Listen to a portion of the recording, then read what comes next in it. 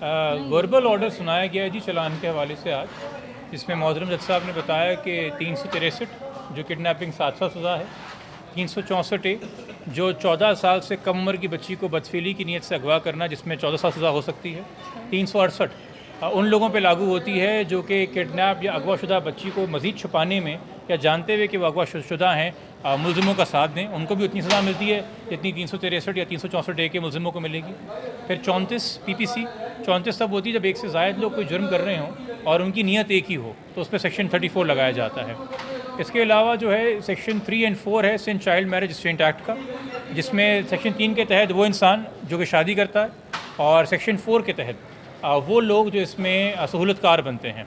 پھر اس کے علاوہ سیکشن 3(2) ہے ٹریفکنگ ایکٹ کا، جو کہ کسی بچی یا عورت کو ٹریفک کرنا کمرشل سیکس پرپس کے لیے یا جبری مشقت کے لیے، اس کی دفعہ لگتی ہے۔ اور پھر 4B جو ہے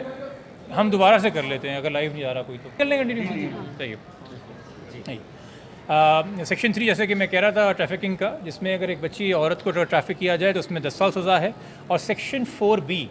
ایگریویٹڈ ٹریفکنگ، اس پہ بھی چالان منظور کیا گیا ہے۔ جب 2 سے زائد لوگ کسی کو ٹریفک کر رہے ہوں تو اسے ایگریویٹڈ ٹریفکنگ کہا جاتا ہے، اور اس کو کہا جاتا ہے کہ ایک آرگنائزڈ کرمنل گروپ نے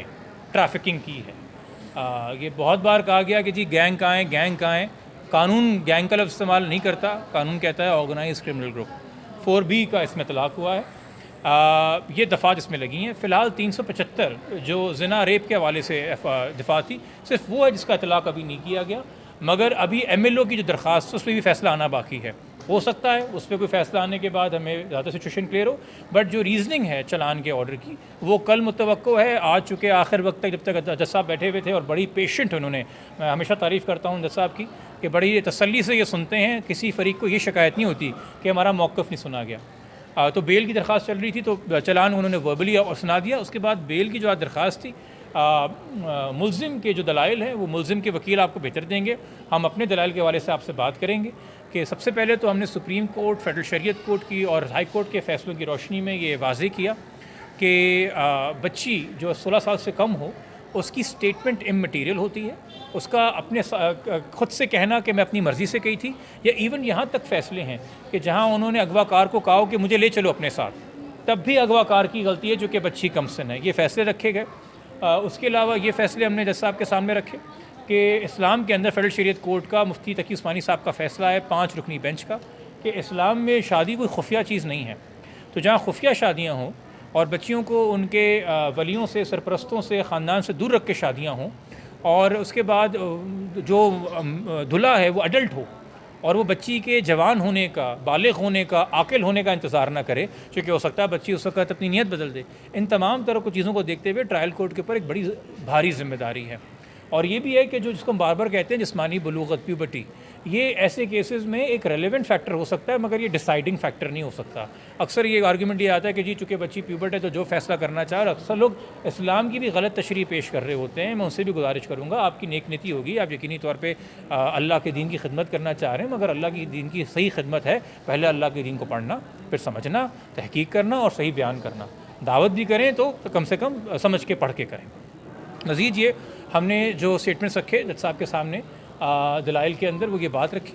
کہ ملزم نے کیسے ایک طریقے سے فراڈ کر کے لاہور ہائی کورٹ سے پروٹیکٹیو بیل حاصل کی تھی، اور کیسے چکمہ دے کے ایک عدالت سے چھپا کے کہ اس نے پہلے پروٹیکٹیو بیل کہیں سے اپلائی کی مگر اس کو نہیں ملی، پھر وہ یہاں تک پہنچا ہے۔ ہم نے وہ خطوط بھی جو ہم نے IU کو لکھے تھے وہ تمام واٹس ایپ کنورزیشن کے ساتھ، جس میں بار بار اصرار کر رہا تھا ملزم کہ جی میٹر ختم کریں، مجھے معاف کر دیں، میٹر ختم کر دیں۔ یہ بھی ہم نے جج صاحب کے سامنے رکھا کہ یہ وٹنس ٹیمپرنگ میں اور بیجرنگ میں آتا ہے۔ اس کے علاوہ ہم نے یہ ججمنٹ بھی جج صاحب کے سامنے رکھے اس میں کہ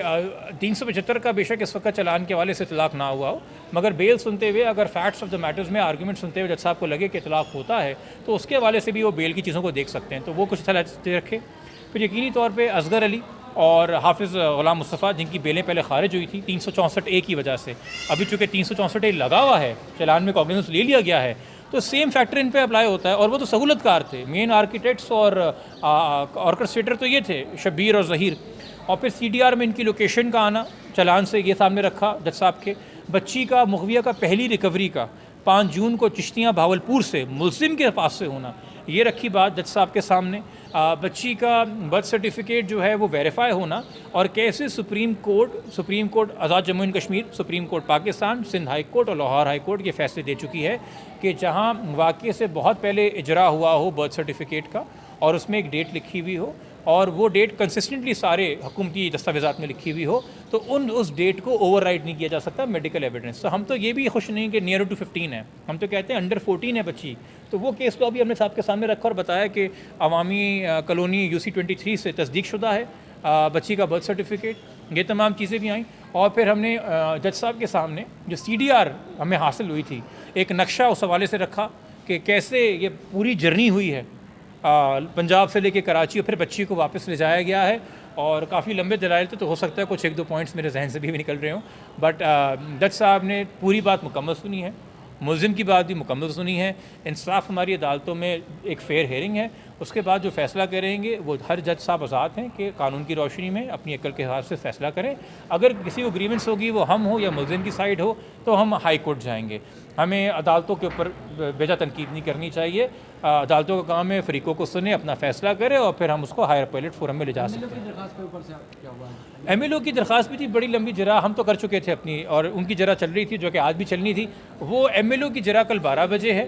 دوبارہ سے, اور جو 164 کی انہوں نے درخواست دی ہے, مگر کل 11 بجے کا وقت رکھا ہے جج صاحب نے اناؤنس کرنے کے لیے بیل کا آرڈر کہ بیل خارج کی جا رہی ہے, بیل دی جا رہی ہے. ہم نے تو ریکویسٹ کی تھی کہ آج ہی اناؤنس کر دیں چونکہ ہمیں خطرہ ہے کہ ملزم کہیں فرار نہ ہو جائے, کل شاید عدالت ہی نہ آئے. بٹ چونکہ جج صاحب نے بہتر سمجھا کہ ہم کل کریں گے اور آئیو کی ذمہ داری اور باقی کی ذمہ داری ملزموں کی خود ذمہ داری, انہوں نے پیش ہونا ہے وہ بری ضمانت میں,